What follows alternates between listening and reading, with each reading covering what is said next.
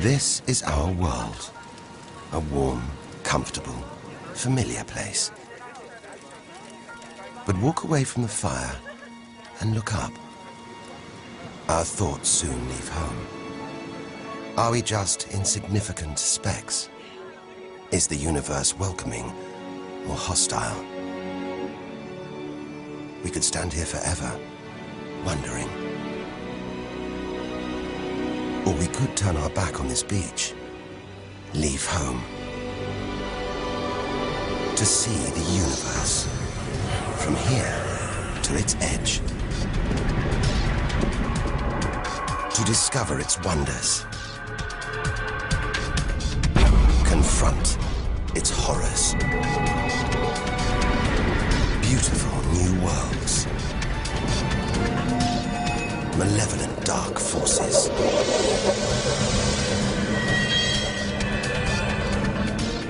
The beginning of time. The end of the world. Would we have the courage to see it through? Or would we run for home? There's only one way to find out.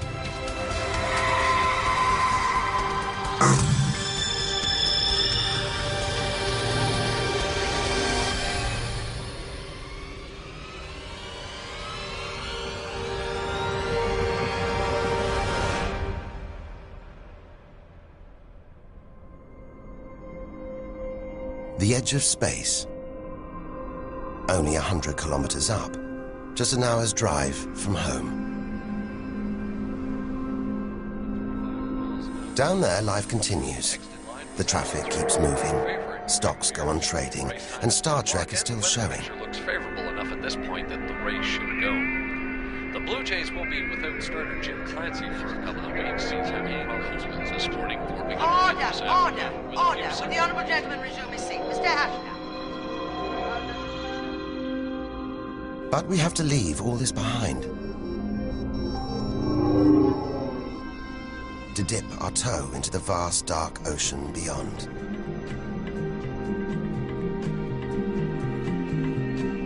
Into the shallows. Not too far from home. Onto the moon.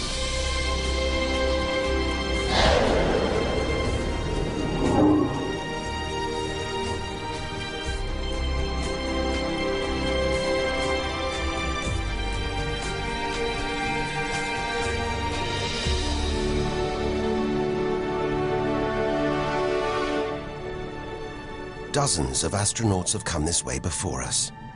12 of them have walked on the moon itself. Just over 400,000 kilometers from home, 3 days in a spacecraft. So close, it's as if we've barely left home. Familiar, safe, within sight of Earth.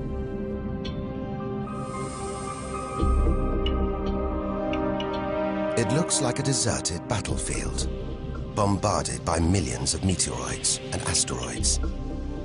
But it's quieter now. It's obvious there have been no major collisions for millions of years.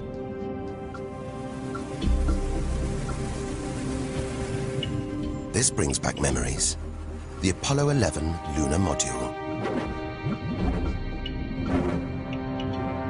Neil Armstrong's first footprints. Looks like they were made yesterday. There's no air to change them. They should survive for millions of years. Maybe longer than us.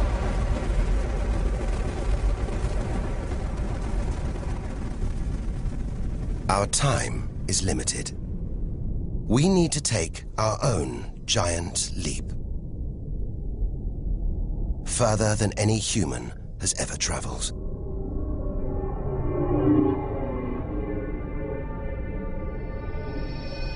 Out of the darkness, a friendly face. The goddess of love.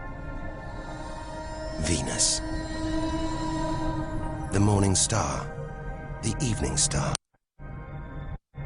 Sometimes she welcomes the new day in the east. Others, she says goodnight in the west. The planet's spectacular yellow clouds reflect the sunlight. That's why this is the solar system's brightest planet. A sister to our planet. She's about the same size and gravity as Earth. We should be safe here. But the Venus Express space probe is telling us these dazzling clouds are made of deadly sulfuric acid, that the planet's atmosphere is choked with carbon dioxide. It's ringing alarm bells.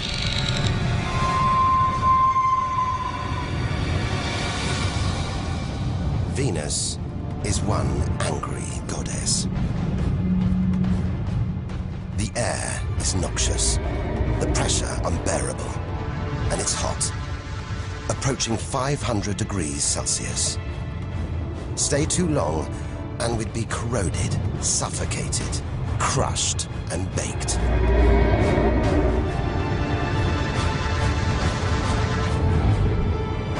Nothing can survive here. Like this. It's a Soviet Venera robotic probe. Its heavy armor's been wrecked by the extreme atmosphere.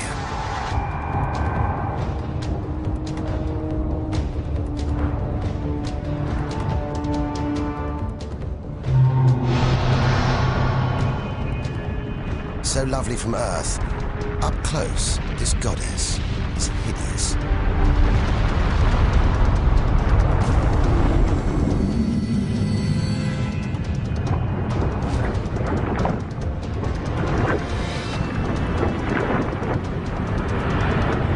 She's the sister from hell, pockmarked by thousands of volcanoes. All that carbon dioxide in its atmosphere is trapping the sun's heat. This is global warming gone wild. Before it took hold, maybe Venus was calm, more like her sister planet Earth. If that's true, this could be our planet's future.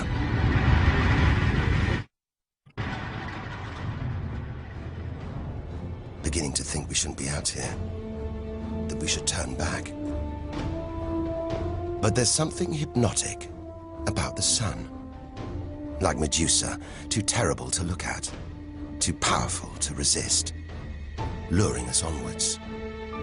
On, like a moth to a flame. Dwarfed by, scorched by the sun, it's Mercury. Get too close to the sun, this is what happens. Temperatures swing wildly here. At night, it's minus 170 degrees. Come midday, it's 400 plus. Burnt, frozen, and look at those scars. A sign that Mercury had a violent past. The Messenger space probe is telling us something strange. For its size, this little planet has a powerful gravitational pull. It must be heavier than it looks. It's like a huge ball of iron, covered with a thin veneer of rock, the core of what was once a much larger planet. Maybe a stray planet slammed into Mercury, blasting away its outer layers in a deadly game of cosmic pinball. Whole planets on the loose, destroying anything in their path, even entire planets. And we're in the middle of it. Vulnerable, exposed, small. Everything is telling us to turn back. But who could defy this? The sun, in all its mesmerizing splendor. Our light, our lives. Everything we do is controlled by the sun, depends on it. And more than that, it's the Greek god Helios driving his chariot across the sky. The Egyptian god Ra, reborn every day. The summer solstice sun rising at Stonehenge. For millions of years, this was as close as it got to staring into the face of God. 150 million kilometers from home, a 20-year journey by plane. Switch it off, and it's so far away, we wouldn't know about it for a whole 8 minutes. It's so big, you could fit 1 million Earths inside it. So heavy, its gravity controls the entire solar system.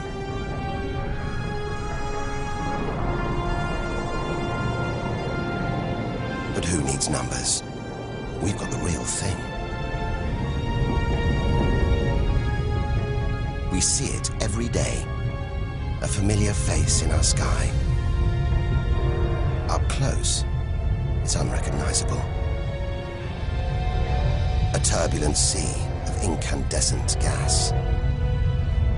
The thermometer rises to over 5,000 degrees.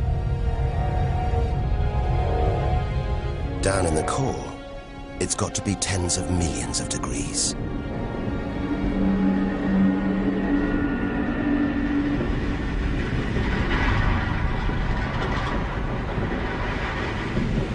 Hot enough to trigger a nuclear reaction, turning millions of tons of matter into energy every second.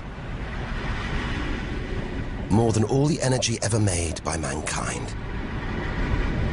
Back home, we see this energy as light, feel it as heat.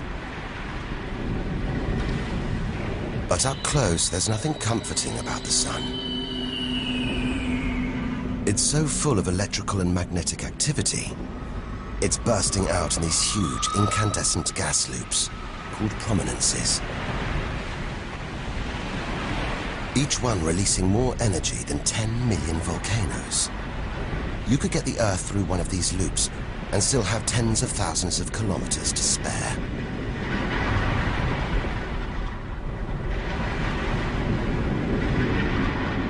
And where they burst through, it's exposing the cooler layers below, making sunspots. They're a fraction cooler than their surroundings. It's why they look black, but they're still hotter than anything on Earth. And they're massive, too. Some of these are at least 50,000 kilometers across. A solar flare. A superheated stream of electrified gas blasting deadly radiation out into space. But one day, all this will stop. The sun's fuel will be spent.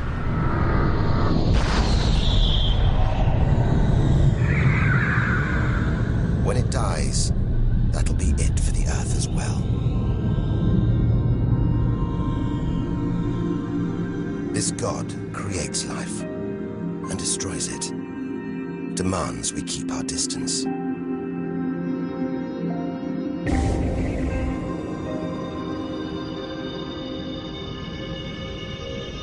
This comet has strayed too close. It's being boiled away by the sun's heat, creating a tail that stretches for millions of kilometers.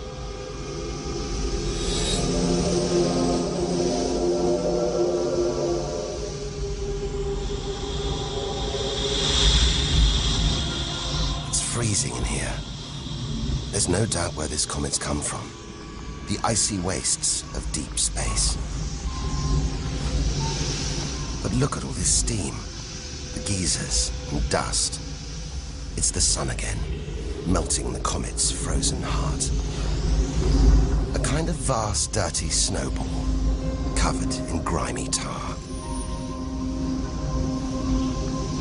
Tiny grains of what looks like organic material, preserved on ice since, well, who knows when. Maybe even the beginning of the solar system. Say a comet like this crashed into the young Earth billions of years ago. Maybe it delivered organic material and water, the raw ingredients of life. It may have even sown the seeds of life on Earth that evolved into you and me.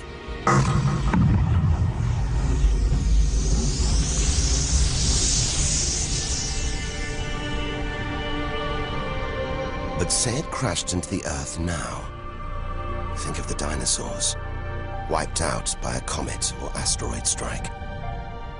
It's only a question of time. Eventually, one day, unless we can find a way to protect ourselves, we'll go the way of the dinosaurs. The Earth is safe. For now. But if life on Earth was obliterated, we'd be stuck out here, homeless, adrift in a hostile universe. We'd need to find another home. Among the millions, billions of planets, there must be one that's not too hot, not too cold, with air, sunlight, water, where, like Goldilocks, we could comfortably live.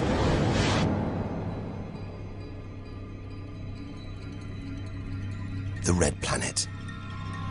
Unmistakably, Mars. For centuries, we've looked to Mars for company, for signs of life.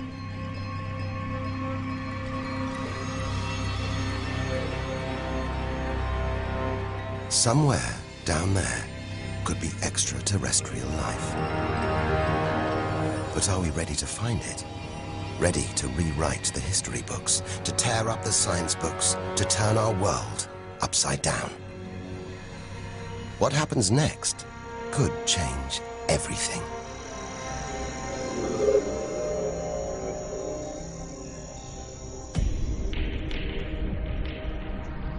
More than any other planet, Mars captures our imagination. Think of sci-fi films, comics. What follows? Martians. It's all just fiction, right? But what if there really is something here? If there is, it's living on a dead planet. The processes that make Earth habitable shut down hundreds of millions of years ago here. Red and dead. Mars is a giant fossil.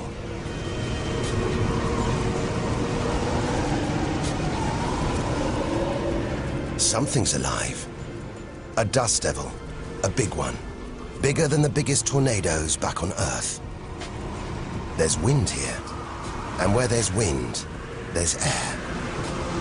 Air that could sustain extraterrestrial life. But it's too thin for us to breathe. Full of choking carbon dioxide. There's nothing to protect Mars from the sun's ultraviolet rays.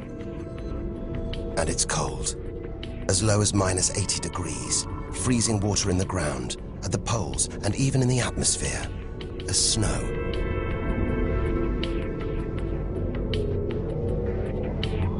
It's hard to believe anything could live here. But on Earth, there are creatures that survive in extreme cold, heat, and even in the deepest ocean trenches. It's as though life is a virus. It adapts, spreads. Maybe we're carrying the virus of life across the universe right now. Even in the most extreme conditions, life usually finds a way. But on a dead planet, with no geological activity to replenish the minerals and nutrients in its soil, no heat to melt its frozen water, and all this dust, it's hard to see where we're going.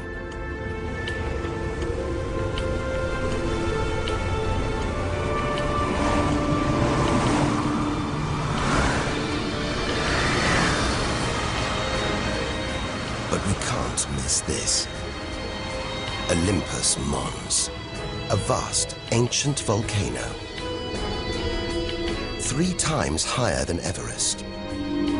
So wide, it would stretch almost all the way across Spain. Since its discovery in the 1970s, it's been declared extinct.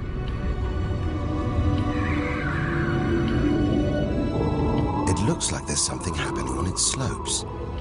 It's as though lava has been flowing. But any lava flows should be long dead, obliterated by meteorite impacts. Unless this monster isn't dead after all. If it's not, there could be molten magma beneath the crust right now. This changes everything. Volcanic activity could be melting frozen water in the soil. recycling minerals and nutrients, creating conditions for life to exist.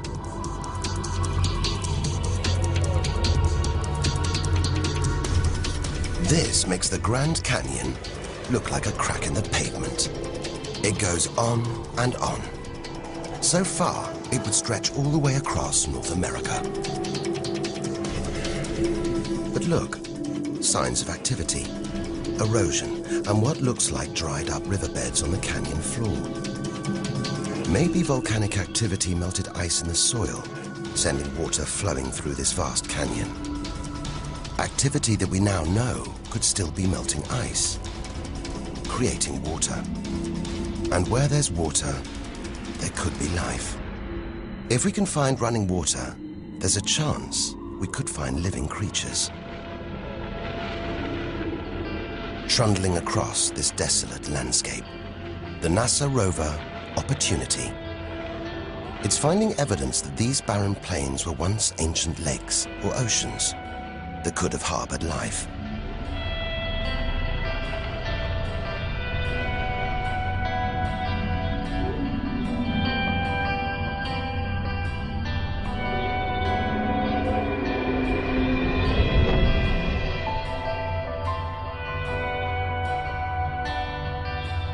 Look at these gullies. When probes orbiting Mars pass over them, they keep spotting new ones. More proof that Mars is alive and kicking. That there may be water flowing beneath the surface, creating these gullies. Water which could be sustaining Martian life.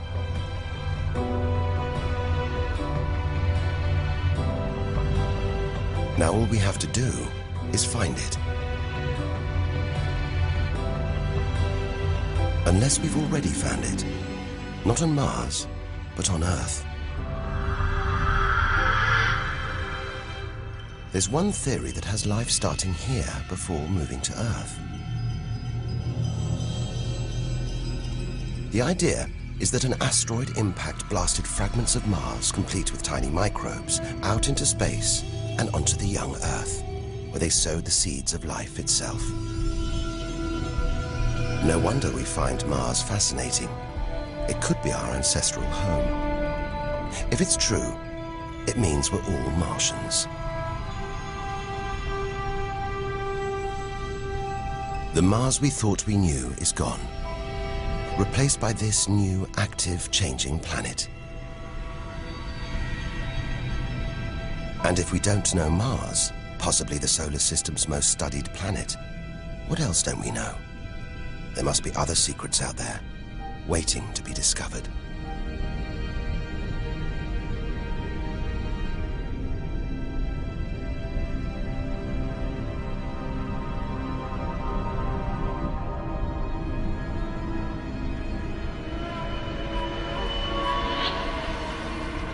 This is getting scary. It's like being inside a giant computer game.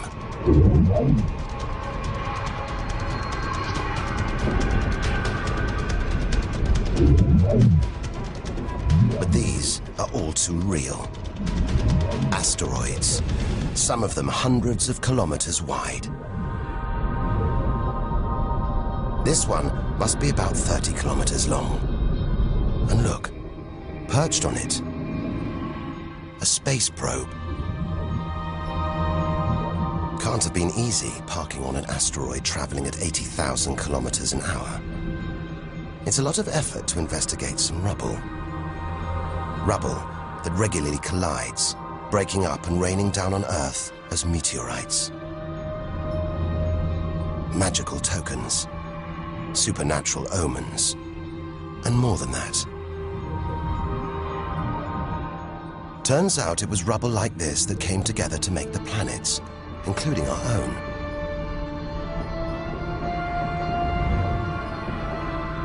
So by dating the meteorites we find on Earth, we know the planets were born 4.5 billion years ago. These are the birth certificates of our solar system, of our planet. But for some reason, these rocks didn't form into a planet. Something must have stopped them. Something powerful. At least 1,000 times bigger than Earth. So vast, you could fit all the other planets inside it. Something this big is going to have a major effect on its neighbors. Its gravity is stopping the asteroids from forming a planet. And just look at it. It's stunning. But up close, maybe things aren't quite what they seem.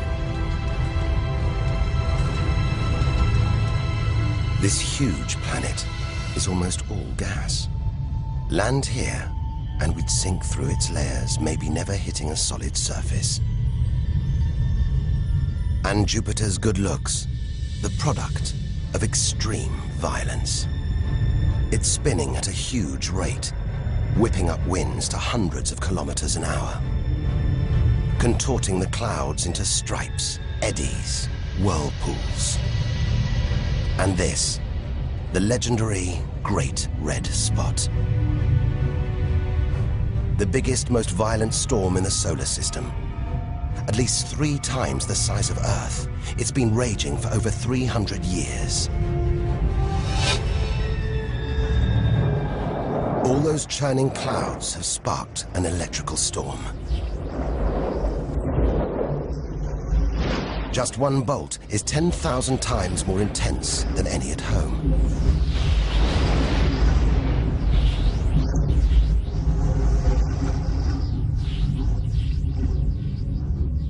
It seems the best place, the safest place to see Jupiter is from a distance. That's just beautiful, dancing round the poles like the aurora back home. But the Geiger counter is going wild. It seems even these are deadly, generated by lethal radiation pulled from space by Jupiter's powerful magnetic field. We're beginning to realize out here, nothing is what it seems. The universe is full of contradictions, deceptions, traps. Right now, we need a safe haven, somewhere to find our feet, catch our breath. Maybe this, the multicolored moon Io, is it?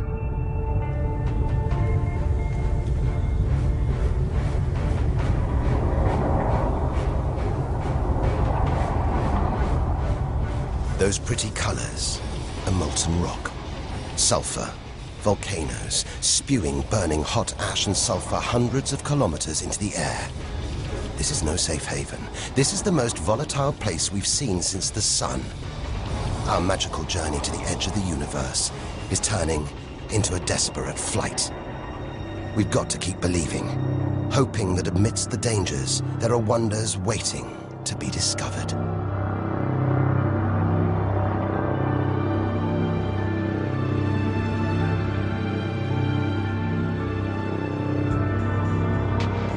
$650 million kilometers from home. What a weird-looking place. And yet it looks strangely familiar.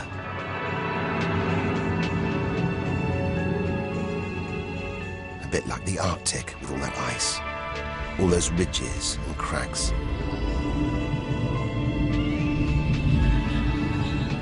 This is Europa, and maybe, like the Arctic, this ice is floating on water, liquid water.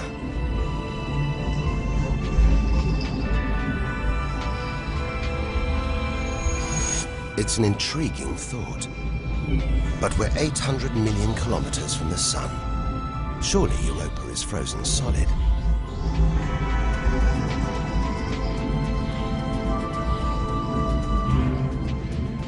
Unless Jupiter's gravity is creating friction deep inside, stopping Europa from freezing solid, allowing life to develop in the waters beneath its frozen crust. We might be meters away from aliens, from a whole ecosystem of microbes, crustaceans, maybe even squid. The only thing between us and the possibility of alien life, this layer of ice.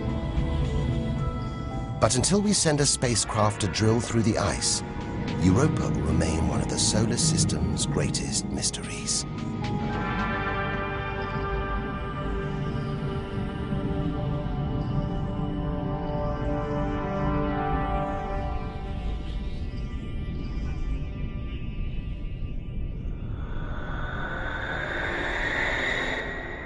It's captivated our imaginations, haunted our dreams. And here it is, spinning before our eyes. Saturn, the jewel in the solar system's crown. Seeing it makes everything we've experienced worthwhile. There's something magical about Saturn. A giant ball of gas, so light it would float on water. Its spectacular rings would stretch almost from Earth to the Moon, but they're just a few hundred meters deep. That's the Cassini orbiter. It's picking up ghostly radio emissions, probably generated by auroras around Saturn's poles. This is the real music of the spheres.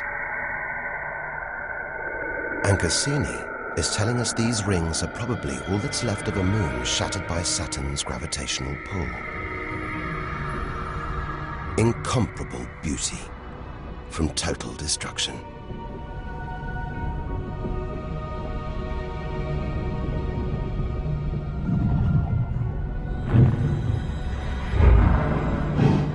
Billions of shards of ice, some as small as ice cubes, others the size of houses. They collide, break apart, reassemble.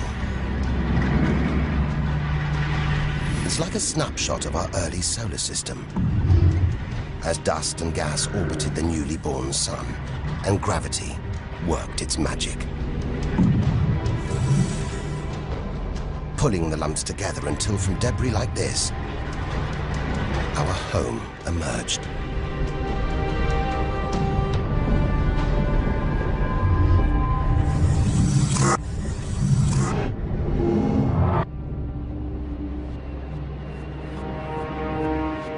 We could stay here forever, gazing at Saturn's seductive allure. But we have to drag ourselves away. We've got so much further to go, so much more to learn. Which isn't easy when the largest object in sight is this moon, wrapped in thick clouds. Titan.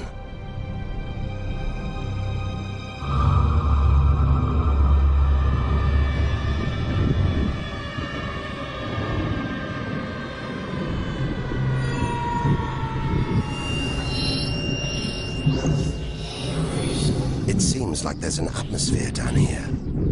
There's wind, rain, even seasons. And look at these rivers, lakes and oceans. It's the most similar place to Earth we've seen so far. Maybe it was worth tearing ourselves away from Saturn after all. Except that's not water. That's liquid natural gas. There must be hundreds of times more natural gas here than all the Earth's oil and gas reserves.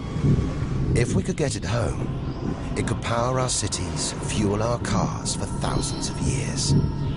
Or maybe, one day, we could use it here to fuel a colony. Assuming there isn't life on Titan already. The Huygens space probe, dropped onto Titan's surface from Cassini, is here to find out. It's telling us there are organic materials in the soil, but it's so cold, minus 180 degrees. There's no way these could come together to form life. Unless Titan warms up. The sun is predicted to get hotter. When it does, maybe life will spring up here, just like it did on Earth billions of years ago. As the Earth gets too hot for us, maybe we'll move to Titan. One day we might call this distant place home.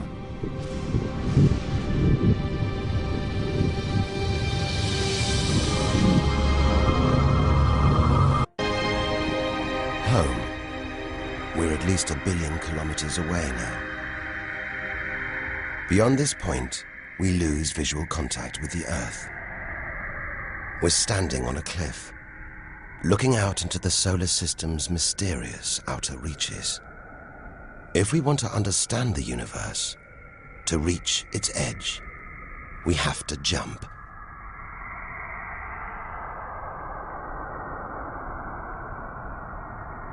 Unseen from Earth, unknown for most of history, we're in the solar system's outer reaches. It's like diving down into the deep ocean.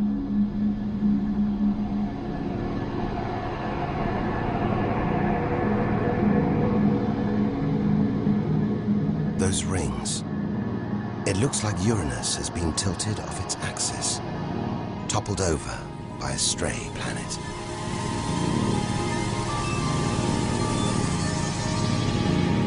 It's eerie out here. Already beginning to feel small, lonely. Maybe this is how we'll feel, what we'll find at the edge of the universe. But we've barely left the shore.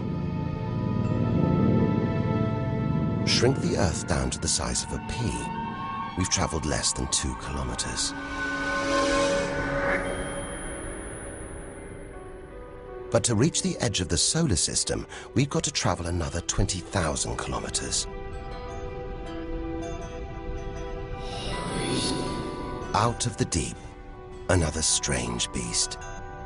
The god of the sea, Neptune. This giant is swathed in methane gas. And look, a storm the size of Earth, whipped up by savage 1,500-kilometer-an-hour winds. Back home, it's the sun that drives the wind, but Neptune's too far away. Something else must be creating these ferocious winds, but nobody knows what. Our solar system is huge. It's alarming how little we really know about it.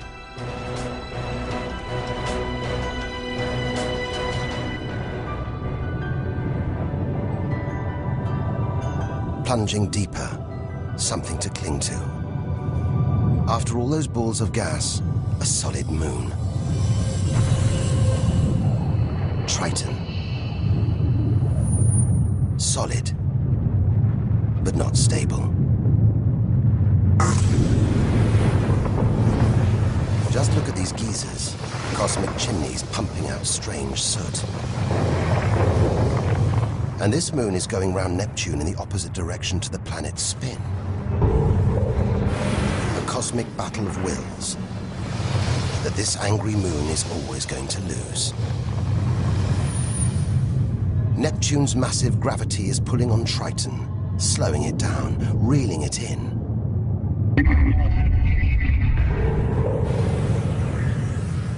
One day, it'll be ripped apart by Neptune. And that's it. No more moons, no more planets to see in our solar system. It's getting colder. We're getting further from the sun, slipping from the grip of its gravitational tentacles. But look at all this. It's not a void. It's teeming with frozen rocks, icy spheres, like Pluto. Until recently, it seemed Pluto was alone. Beyond it, nothing. We were wrong. More frozen worlds. Discoveries so new, nobody can agree what to call them. Plutinos, ice dwarfs, cubanos.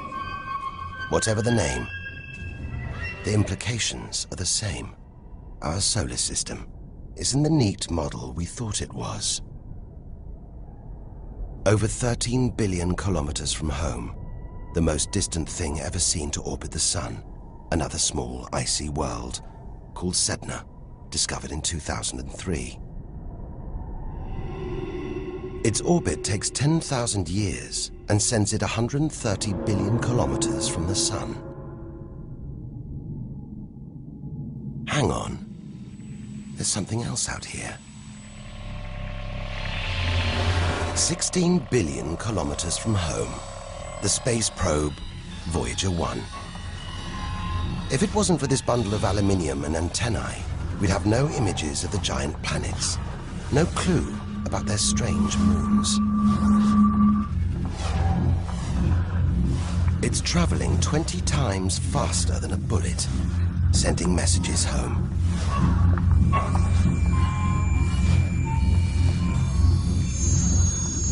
And look, on its side, that gold panel, a kind of intergalactic message in a bottle. There's a greeting recorded in different languages. Hola y saludos a todos. And a map showing how to find our solar system. But if you're in the jungle, is it wise to call out? Anyone, anything could hear our call, find out where we live, and come knocking. Friendly or not. A cloud of cosmic icebergs stretching for what seems like forever. They look like the comet we saw earlier. Maybe it started life out here, until something dislodged it, sending it towards the sun, just like the comets that may have planted life on Earth billions of years ago. And seeing all this ice, maybe they carried water to Earth too. It's an astonishing thought. The water in the oceans, in your coffee, even in your body, all from this distant celestial ice machine.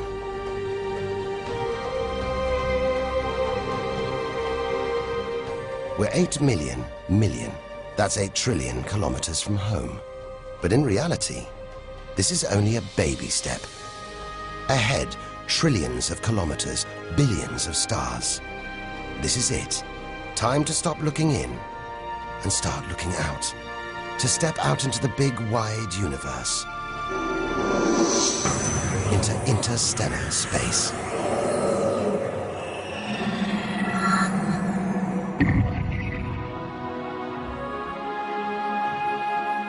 Interstellar space. Far beyond our solar system. What a view. Billions of stars like our own sun, many with planets, many of those with moons.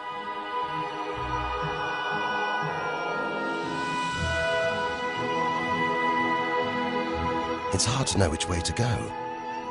There are infinite possibilities in every direction. Whichever way, we're going to need a serious burst of acceleration.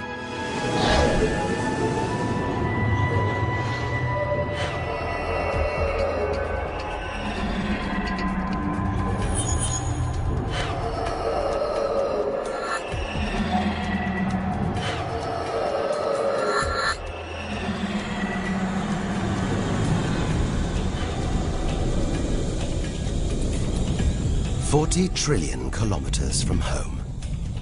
150,000-year ride in a space shuttle. And we've only just reached the first solar system after our own. Alpha Centauri. Not one, but 3 stars. They're spinning around each other, locked in a celestial standoff. Each star's gravity attracting the other, their insane orbital speed keeping them apart.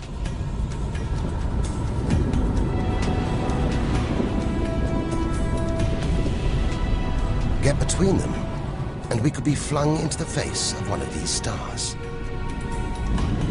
Vaporized, trillions of kilometers from home.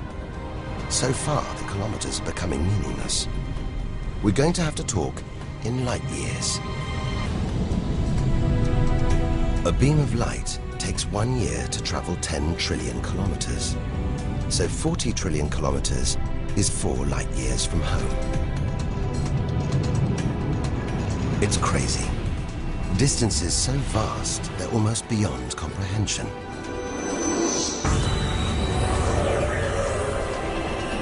And exciting. Who knows what strange worlds lie ahead? What we'll discover when, if we reach the edge of the universe.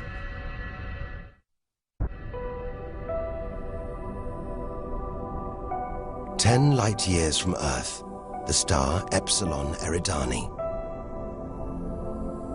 What spectacular rings of dust and ice, and somewhere in there, planets forming out of the debris, being born before our eyes.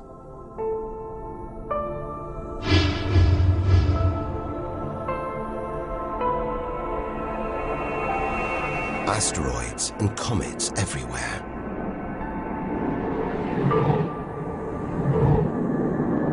We could almost be looking at our own solar system, billions of years ago, with comets delivering organic molecules, water to these young planets, kick-starting life, just as they may have done on Earth.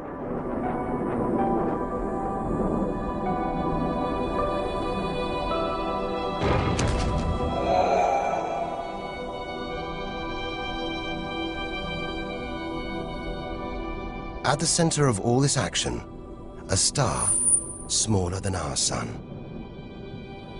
It's still in its infancy. Any life in this solar system would be primitive at best.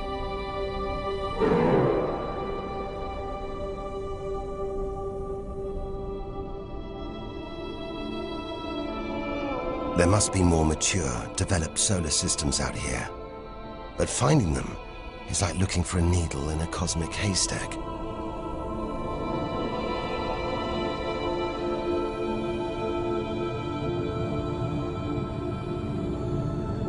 "20 light years from Earth. Star Gliese 581.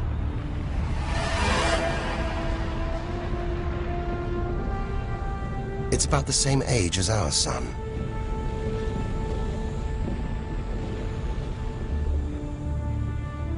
And orbiting it, this planet.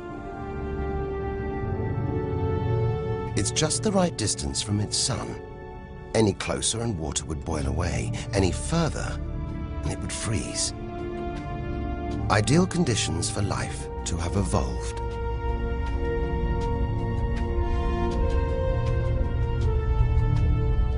And if comets have struck, delivering water and organic materials, then life, complex beings like us, even civilizations like our own, could be down there, right now.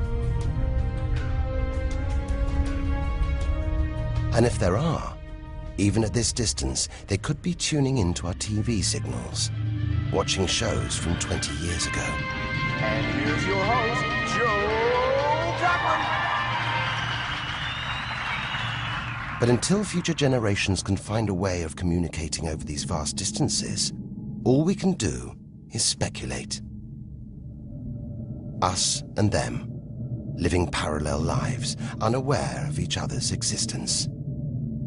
Unless life has been and gone.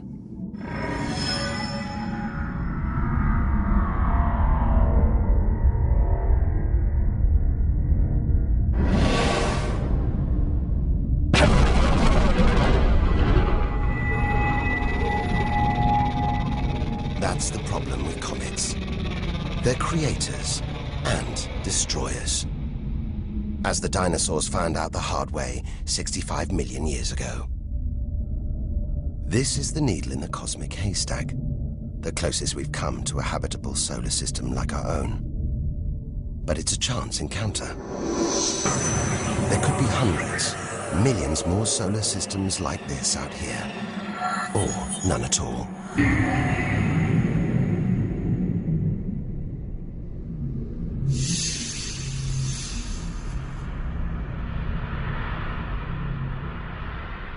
This is vast. And look, it's the planet Bellerophon.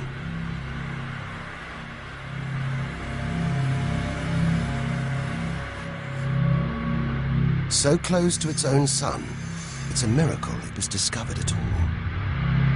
Problem is, from Earth, we can't see planets this far out. They're obscured by the brilliance of their neighboring stars. But the planets have a minute gravitational pull on those stars. Measure these tiny movements trillions of kilometers away, and we can prove they exist. That's how we tracked down Bellerophon in the 1990s, opening the floodgates to the discovery of hundreds of other distant planets. 65 light years from Earth. Tune in on this bright star, and you'd pick up TV signals from Hitler's Berlin Olympics. Verkünde die Spiele von Berlin zur Feier der 11. Olympiade neuer Zeitrechnung als eröffnet.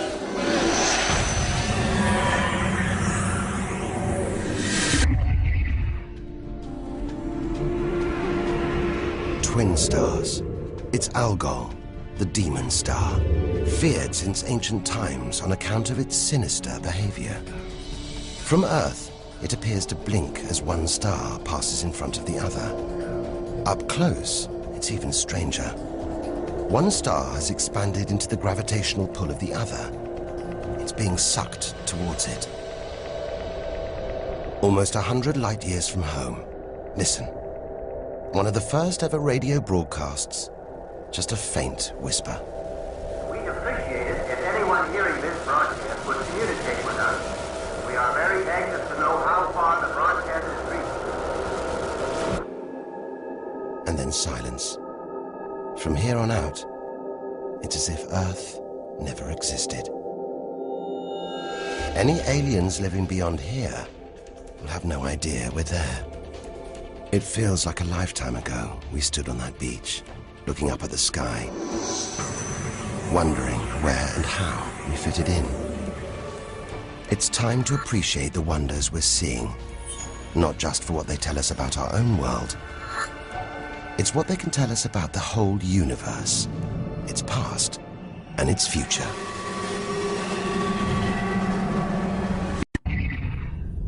Deep inside our galaxy, the Milky Way, a vast celestial library, each star a book with a story to tell.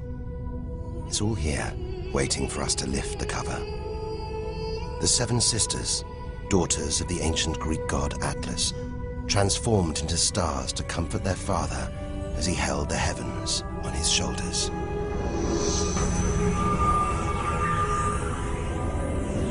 And this giant, Betelgeuse. The brightest, biggest star we've seen so far. It's got to be at least 600 times wider than our own sun.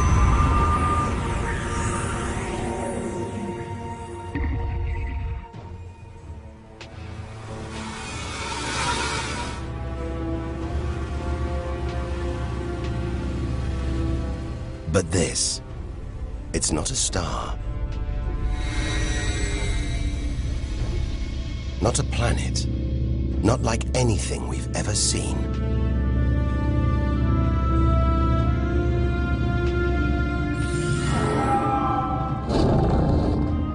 A ghostly spectre, more than 1,300 light years from Earth. Orion's dark cloud. Dust and gas, so dense it's shrouding us, shutting us off from the universe outside. There, deep inside, a ball of light, pulling the dust and gas towards it, heating up, merging into a ball of burning, hot gas.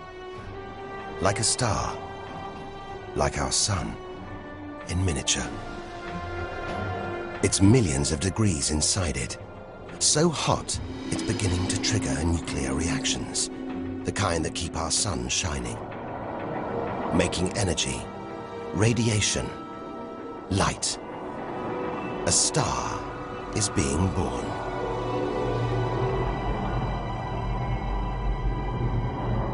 Or rather, stars.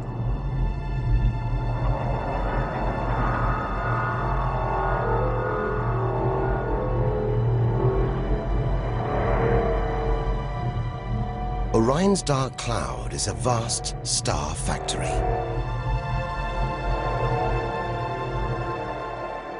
We're witnessing the birth of the future universe.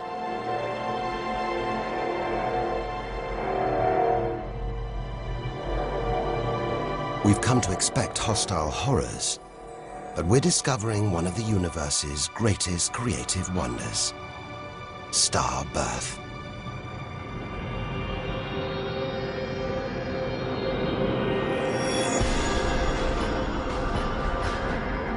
Perhaps we spoke too soon.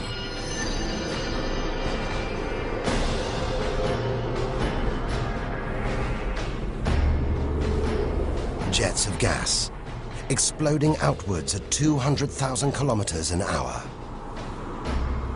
blasting dust and gas out for millions of kilometers.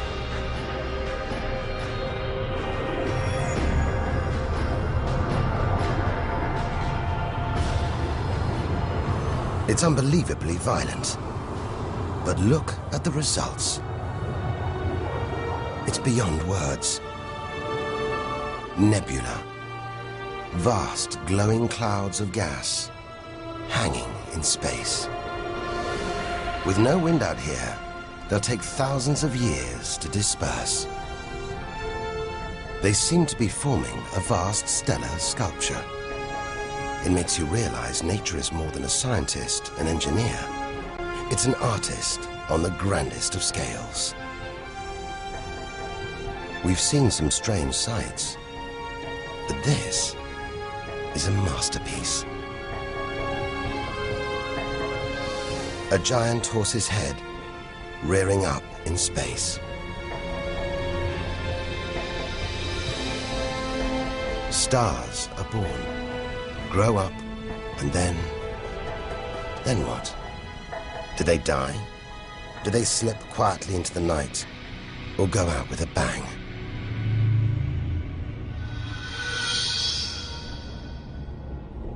Somewhere between here and the edge of the universe lies the answer. Nearly 4,000 light-years further, luminous clouds suspended in space, encircling what was once a star like our own sun. All that's left of it are these brightly colored gases. Elements formed by nuclear fusion deep inside the star, released into space on its death. Green and violet, hydrogen and helium, the raw materials of the universe. Red and blue, nitrogen and oxygen, the building blocks of life on Earth. For us to live, stars like this had to die. The oxygen in our lungs, the nitrogen in our DNA, it was all produced by nuclear fusion in stars that died long before the Earth was even born. We are made of stellar nuclear waste. Our family tree begins here.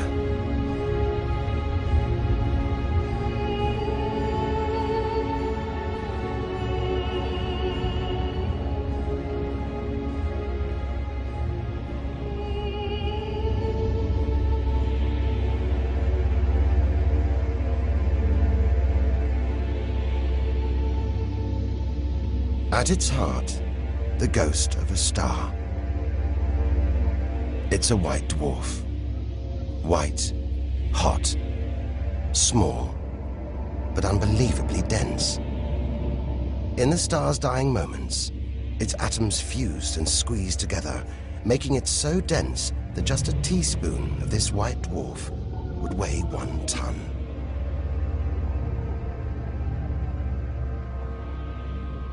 It's a chilling premonition of our sun's fate. 6 billion years from now, it'll become a white dwarf. Its death will herald the end of life on Earth. It makes you wonder how many other worlds have been and gone. Stories left untold. Celestial books lost forever.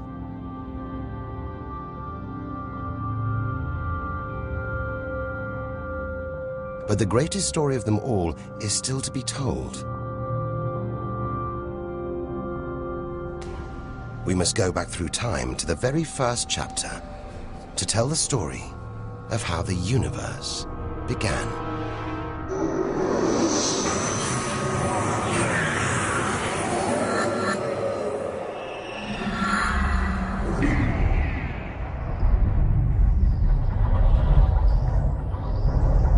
The scattered remains of a dead star. A nebula, the Crab Nebula. We're 6,000 light years from home, deep inside a stellar graveyard. We've learned so much, seen things we'd never have believed possible. Now, sights like this, wonders once beyond imagination, we take in our stride. We're ready. Ready to face whatever lies ahead. Determined to reach the edge of the universe. It looks dead, but maybe this is just the calm after the storm. After a massive explosion. Powerful enough to turn a huge star into a cloud of dust and gas. A supernova.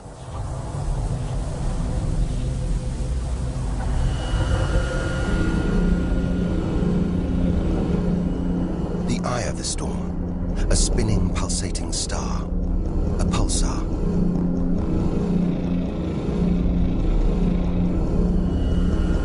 Gravity must have squeezed the giant star's core down to this. It's just 20 kilometers across, unimaginably dense. One pinhead of this would weigh hundreds, maybe millions of tons. As it shrank, like a figure skater spinning on the spot, arms outstretched, then pulling them in, it began to spin faster. Two beams of light, energy, radiation, spinning 30 times a second, powering the huge cloud of dust and gas. There's so much radiation here, more even than on the sun.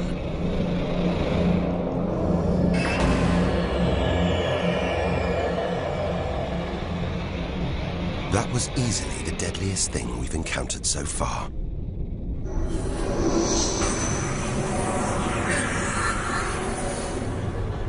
Once, it would have terrified us. But now we realize that without the dangers, there'd be no wonders. Without the nightmares, there'd be no dreams.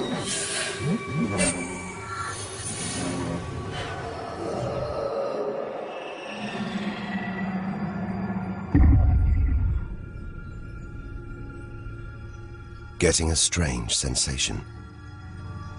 A feeling, as though there's something bad out here. A malevolent presence. The one thing we didn't want to encounter. Impossibly black, blotting out the stars behind it. We are staring into the face of extinction. The remains of a giant star. A black hole. Instead of contracting to a white dwarf or a pulsar, it just kept on going. Shrinking until it got so small, it's just a few kilometers across. Far denser than a pulsar and impossible to resist.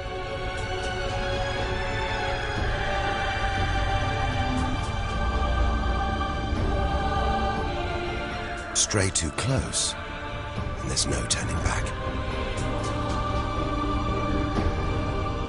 Now we know why it's a black hole. Its gravity is so intense, not even light can escape. This asteroid, it's a lump of solid rock, but it's actually stretching, being dragged towards the gaping hole. Inside, there's no matter as we know it. No time, no space. All the rules of physics collapse.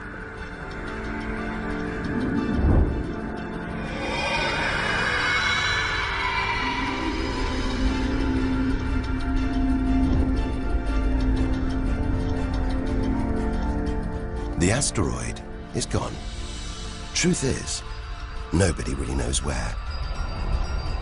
We're looking at the limit of human understanding. There could be millions of black holes creeping around our galaxy. More perhaps than all the stars in the sky. But we wouldn't see them until it was too late.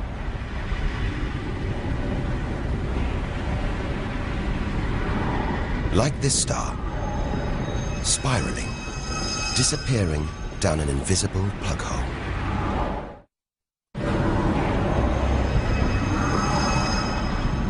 Who's to say we don't live inside a vast black hole? That the whole universe isn't inside one right now, inside another universe.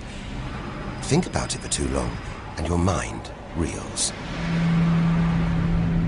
Sometimes it feels like the more we see, the less we know. But we do know our galaxy is more complex and more dangerous than we ever imagined. And we're still in our own galaxy, the Milky Way. The vastness of the universe beyond still lies ahead. The wonders, the dangers, the secrets, they're out there. But first, we've got to find a way out of the Milky Way.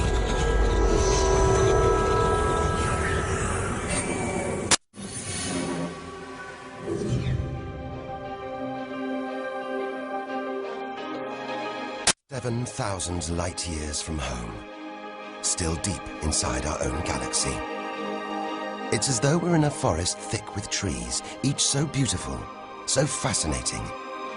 It's impossible to look beyond, to see the bigger picture. We have to find a way through, reach the clearing at the galaxy's edge. Only then can we begin to understand where it and we all began. But faced with sights like this, it's hard to leave. A colossal glowing cloud topped by these great towers of dust. The pillars of creation. Like a gateway into the far galaxy. Both pillars studded with tiny protrusions. Embryonic star systems. Each one the size of our solar system. Another monument to nature's astonishing creativity. We have to ignore its captivating beauty, its siren song, tear ourselves away in order to carry onwards towards the edge of the galaxy.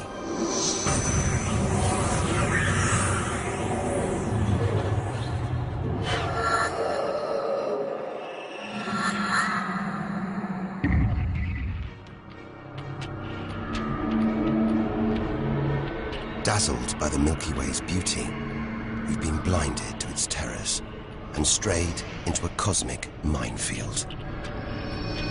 Like an explosion in slow motion, giant clouds of gas are bursting out of this star. A massive star, millions of times brighter than our sun. It's going into meltdown. The fuel that sustains it is running out. The nuclear reactions that power it winding down. We're watching its death throes. Eventually, the core will implode. The result, a new black hole.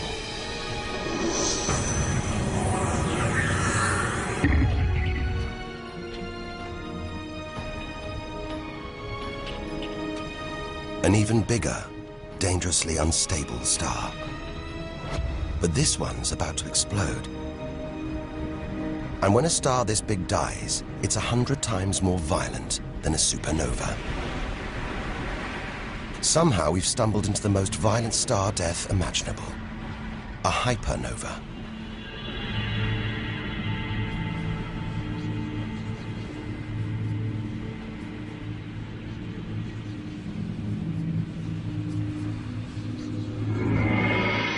The core's collapsed. It's becoming a black hole.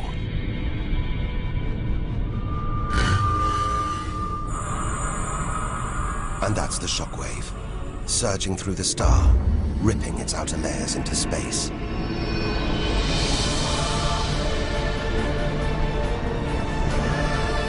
There's lethal radiation everywhere, enough to have a catastrophic effect on any planet unlucky enough to be nearby. When virtually every species on Earth was wiped out 450 million years ago, the culprit may have been one of these.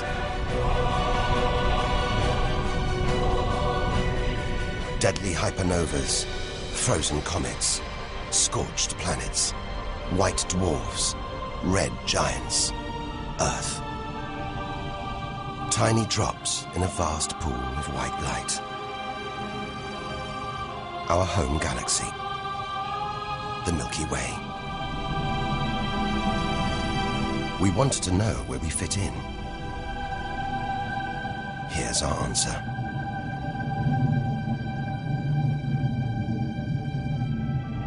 Civilizations, past and present. Everyone that's ever lived. The smallest bug, the highest mountain, all of it invisible. Not even a tiny speck.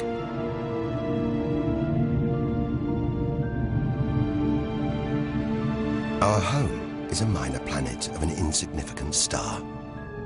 If it disappeared right now, who or what would even notice? And yet, so far we found nowhere else we would rather live. Nowhere we could live.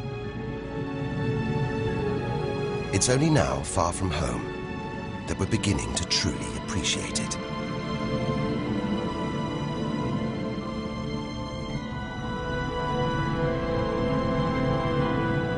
Look at all these stars. Hundreds of thousands of them. Surely one of these, more than one, must be capable of supporting life.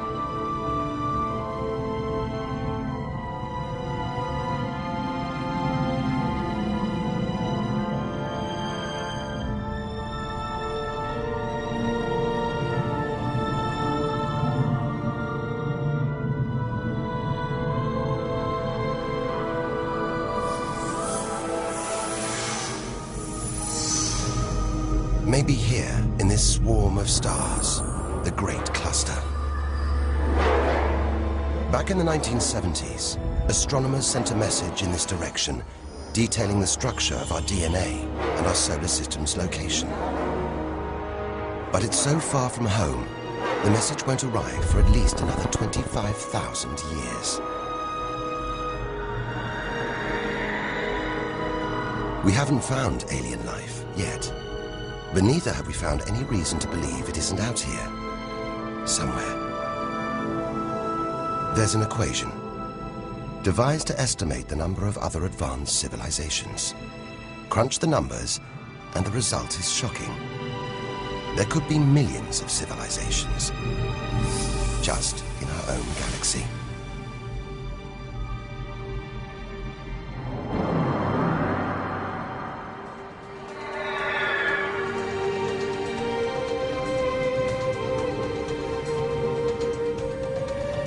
Everything we have seen so far is inside the Milky Way. Now here's our chance to see other galaxies, to glimpse the even bigger picture, and perhaps to answer the ultimate question: where does all this come from? We are now ready to leave our solar system, our galaxy, and enter intergalactic space.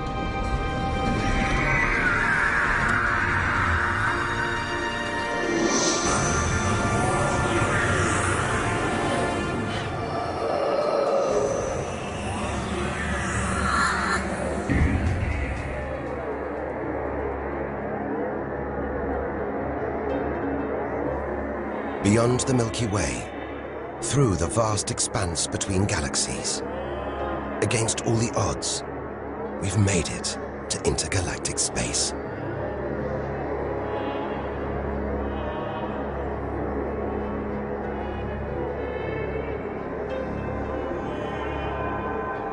Out here, there's no horizon in sight.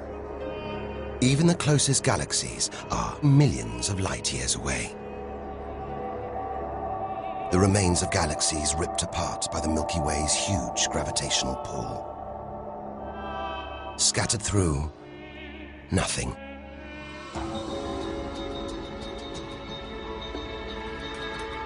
This is as close as the universe gets to a perfect vacuum. But even this isn't totally empty. There are thin wisps of gas, fine traces of dust, and something else. Dark matter. So mysterious we can't see it, feel it, taste it, touch it, or even measure it. Yet so common, it could make up over 90% of all the matter in the universe. If dark matter does exist, it means there's no such thing as empty space. Even out here, we're surrounded by matter. We only know it exists because of the strange hold it exerts on galaxies, like this one, the Large Magellanic Cloud.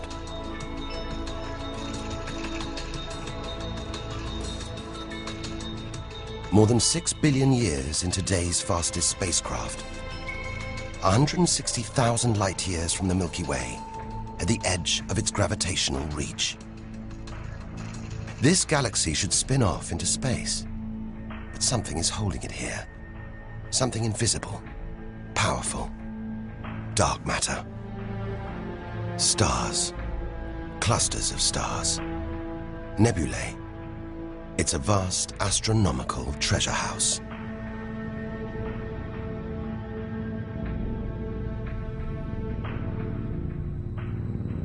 But look at this. It's like a string of gleaming pearls. It's a fireball, expanding out from what must have been a massive explosion, a supernova. So bright that when light from the explosion reached the Earth in 1987, it was visible with the naked eye. And so violent, it triggered a string of nuclear reactions, forcing atoms together, creating new elements. Gold, silver, platinum, blasting them out into space.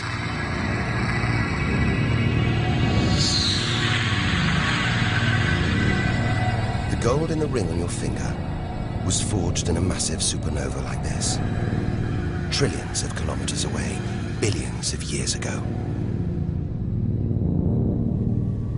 Before we left home, the universe seemed separate. Something out there, up in the sky. We were wrong. The story of the universe is the story of every one of us.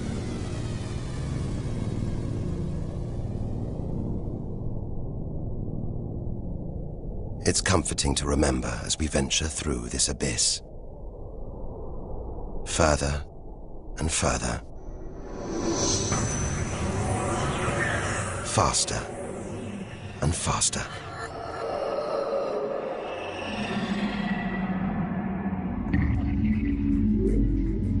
The Andromeda Galaxy, 2.5 million light years away.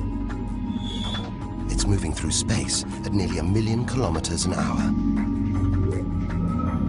Everything in space is moving apart like shrapnel from an explosion. We're seeing this galaxy as it was when our ape-like ancestors first walked across the African plains.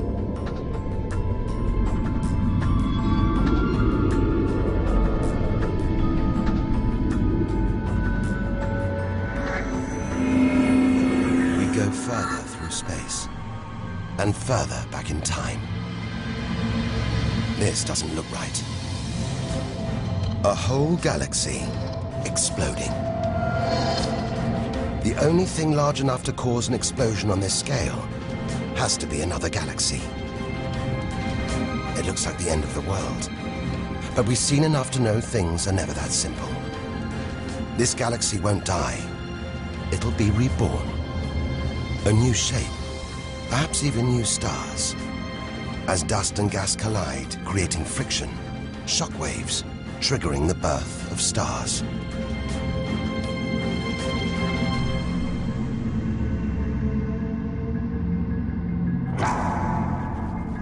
There's order in this chaos, a pattern behind the infinite variety. An endless cycle of birth and death, creation and destruction. It's a pattern woven through the vast fabric of space that binds each of these galaxies. There are billions of galaxies in the universe, each with billions, even trillions of stars. Possibly more stars than there are grains of sand on all the beaches on Earth. And all of these are just the stars that exist now. What about the stars that have been and gone? All the stars being born, yet to be born. We're finally beginning to see the big picture, and it's grander than we ever imagined. This galaxy, the huge Pinwheel Galaxy, is so far from Earth that if we send a message home now, it'll take 27 million years to get there. Who knows whether our species, our planet, will still be around to receive it? Most likely not.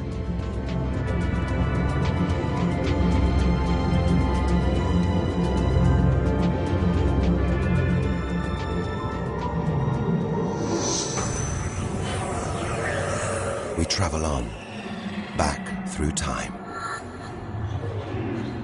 Past the point where the dinosaurs were wiped out. Past the moment where the first creatures clambered onto land.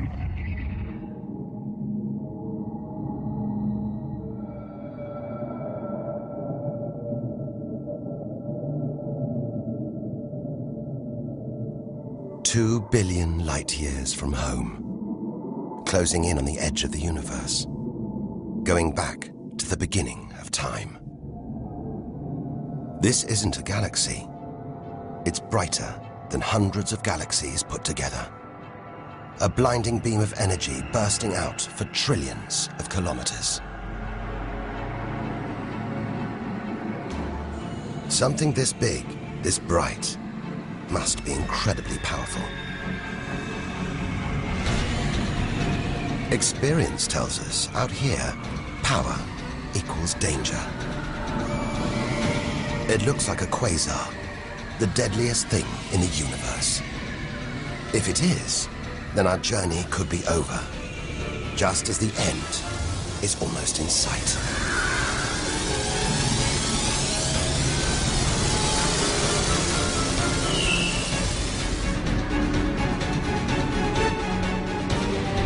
The deadliest, most powerful thing in the universe. A quasar. A swirling cauldron of super-hot gas, brighter than hundreds of galaxies.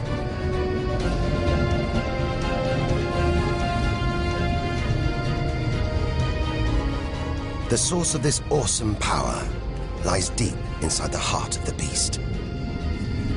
A heart of darkness. A supermassive black hole, as heavy as 1 billion suns.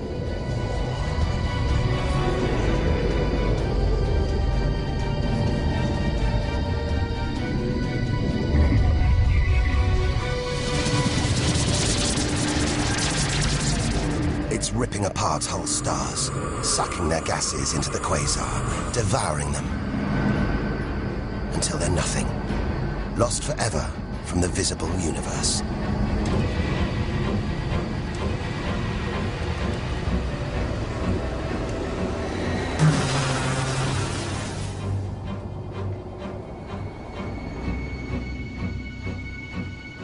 We've seen the worst the universe can throw at us, the most powerful and destructive forces the universe produces. Now it's on to the very edge of the universe. It's almost within reach.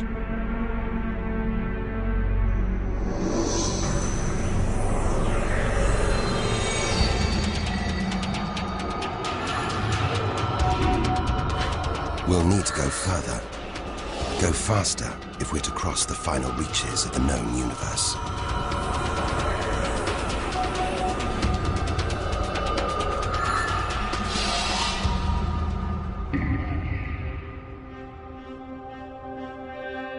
"8 billion light years from home. More galaxies. But these look different.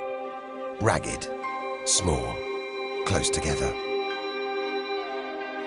We're so far back in time, we're seeing these galaxies as they were before the Earth was even born. They're still young, still growing. We're getting closer to where and how it all began. 12 billion years ago.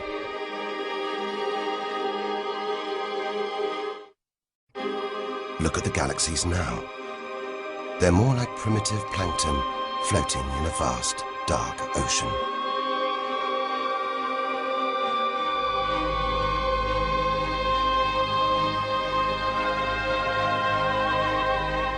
It's magical.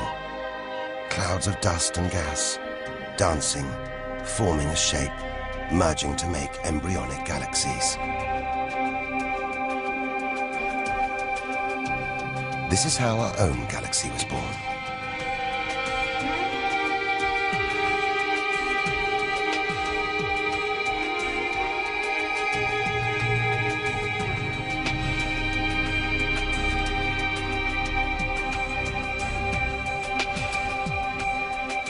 They're disappearing.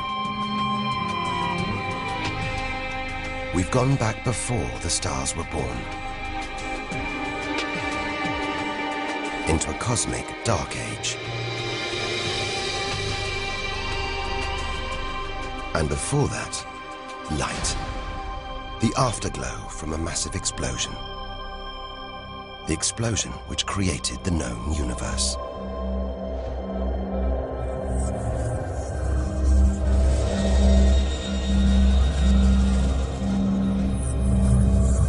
We're almost there.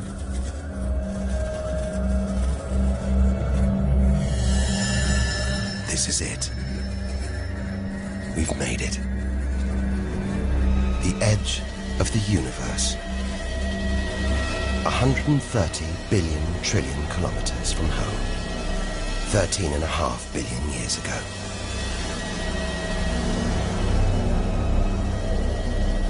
The very instant of the Big Bang. The most violent, most creative moment in history.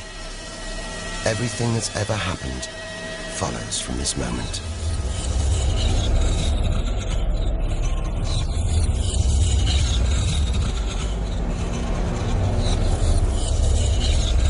Every religion, every culture has pondered it. But we still don't know what sparked this act of creation, or why. This is where our journey ends, and the universe begins.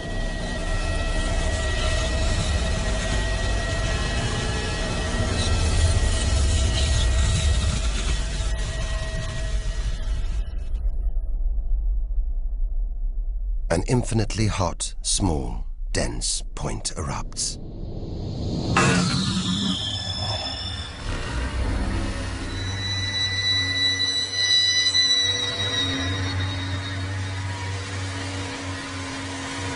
Creating space, time, matter, our universe itself.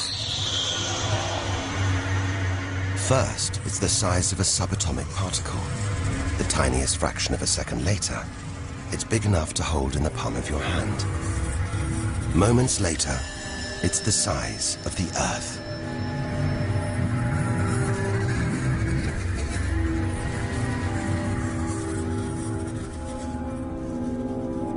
Today, the light from the Big Bang is still spreading out as a hiss of radio static. Your TV aerial picks it up. You can see it as static on an untuned TV.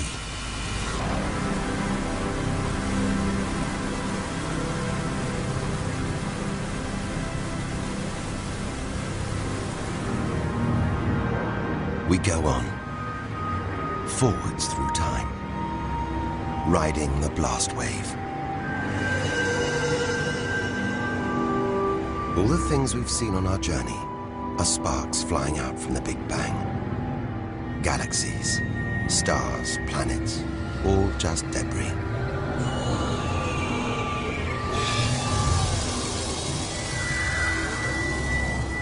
through our galaxy.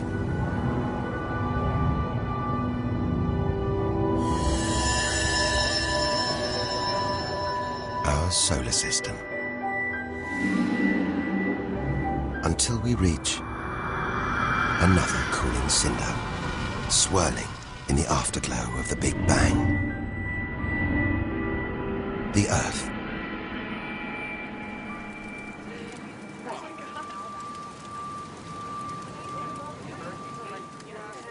We had to go back to the past to see our future.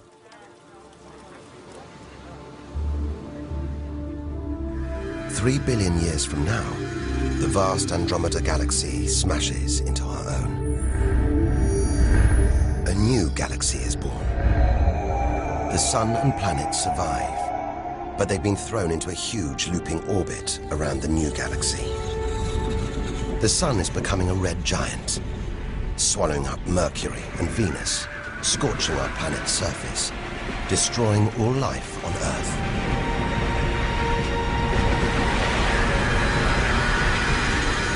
The sun dies, shrinking to a white dwarf. Neighboring stars are dying too, being replaced by white dwarfs, pulsars, black holes.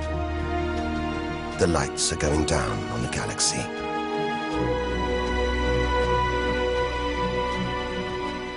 Since the Big Bang, the universe has been fading, dying, not with a bang, but with a long, drawn-out whimper.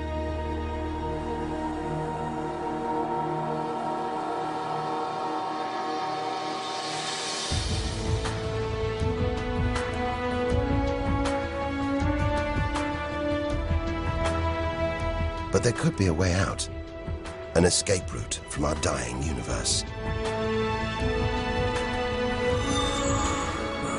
It might be possible for our distant descendants to find a shortcut through space and time, a wormhole. If there are other universes, it could take our descendants from our doomed universe into a parallel one, where they could find another Earth, still in the prime of life.